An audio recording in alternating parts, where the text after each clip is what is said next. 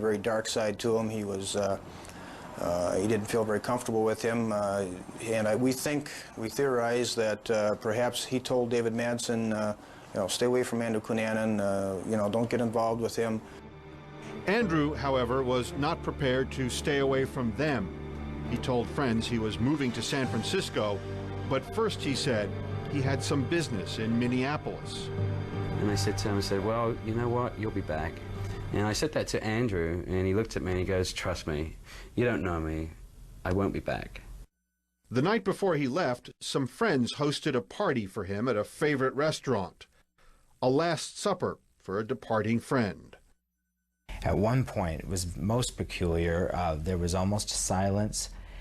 After talking about the attitudes people had established, or whether they knew Andrew well or not at all, and he gave the retort that, in fact, nobody really knew who he was, that everyone had their own version of who he was, but nobody really knew the truth. The next day, Andrew Cunanan left for Minneapolis. He had spent his 27 years striving to be someone better, someone richer. He had measured his life by fashion magazines, dinner menus, and street addresses, by what he could show or show off. His life story was constantly being rewritten, but now the next terrifying chapter was about to unfold.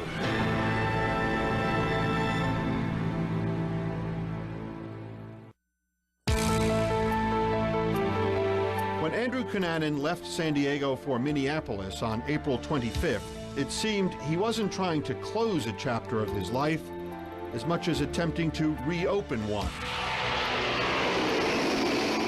Minneapolis was the home of David Madsen, Andrew's former lover.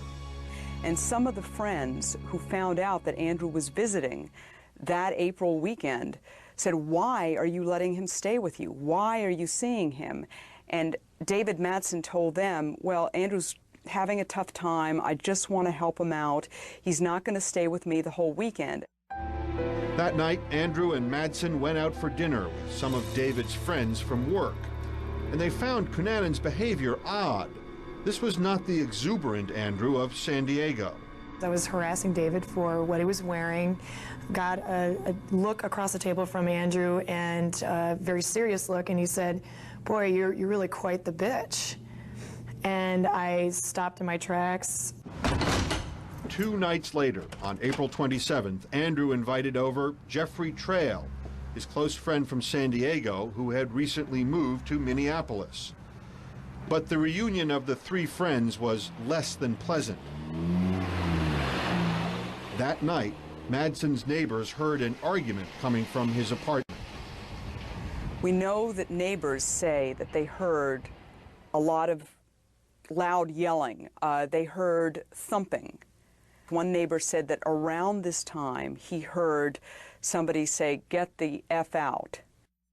The next day, Andrew and Madsen were seen walking Madsen's dog as if nothing had happened the night before.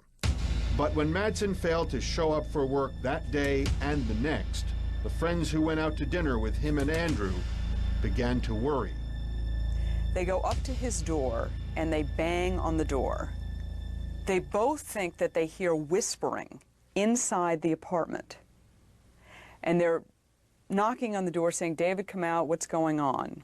But they think maybe something private is going on. A few hours later, Madsen's friends were still worried. They called the police. Inside Madsen's apartment, the police found the bludgeoned body of Jeffrey Trail, wrapped in a carpet. We believe he was struck several times with a hammer, a claw hammer, which happened to be lying nearby. He was struck numerous times in the head, causing a considerable amount of damage and injury to his skull.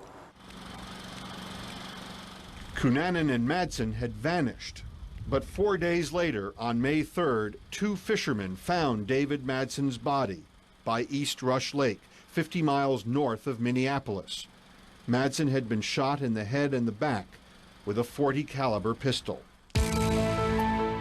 Cunanan became the suspect in both murders, and as the news reached San Diego, Cunanan's friends, who knew him there as Andrew De Silva, were stunned.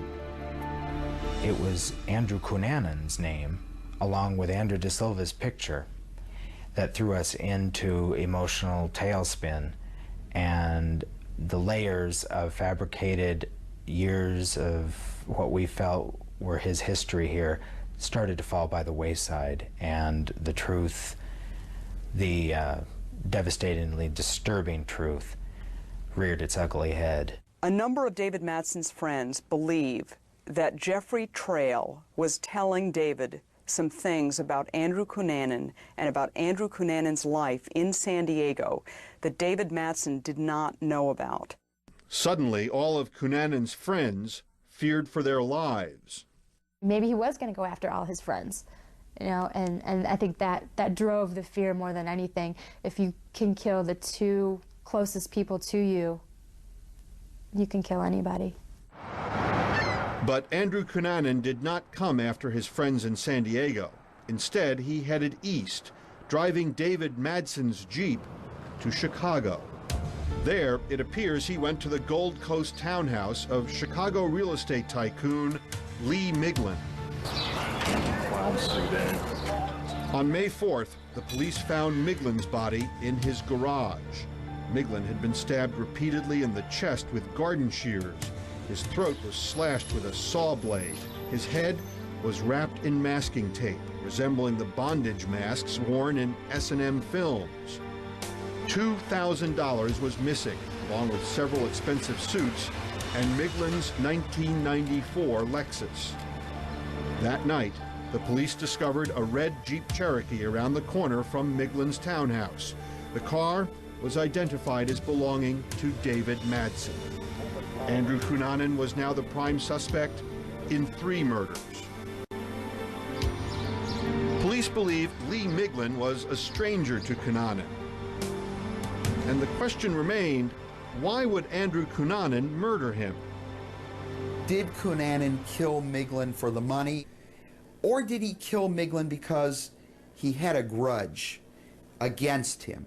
Literally, because he detested so much what he couldn't have but found so attractive in the victim. The success, the celebrity, the wealth. Flowers continue to arrive. Friends and well-wishers continue to stop by the Miglin's Gold Coast townhouse, and the questions remain. The media across the country were now reporting on a trail of terror. The papers and the airwaves were filled with theories about his M.O. In a spree killer, as we have with Andrew Cunanan, the spree killer will select victims oftentimes in the beginning that he's knowledgeable with, has associated with, and from that point, his victims become anybody, any place, any time. Whatever might have driven Andrew Cunanan, whether it was revenge, an insatiable need for recognition, or both, the rampage of terror was far from over. As Cunanan wound his way east, the storm continued.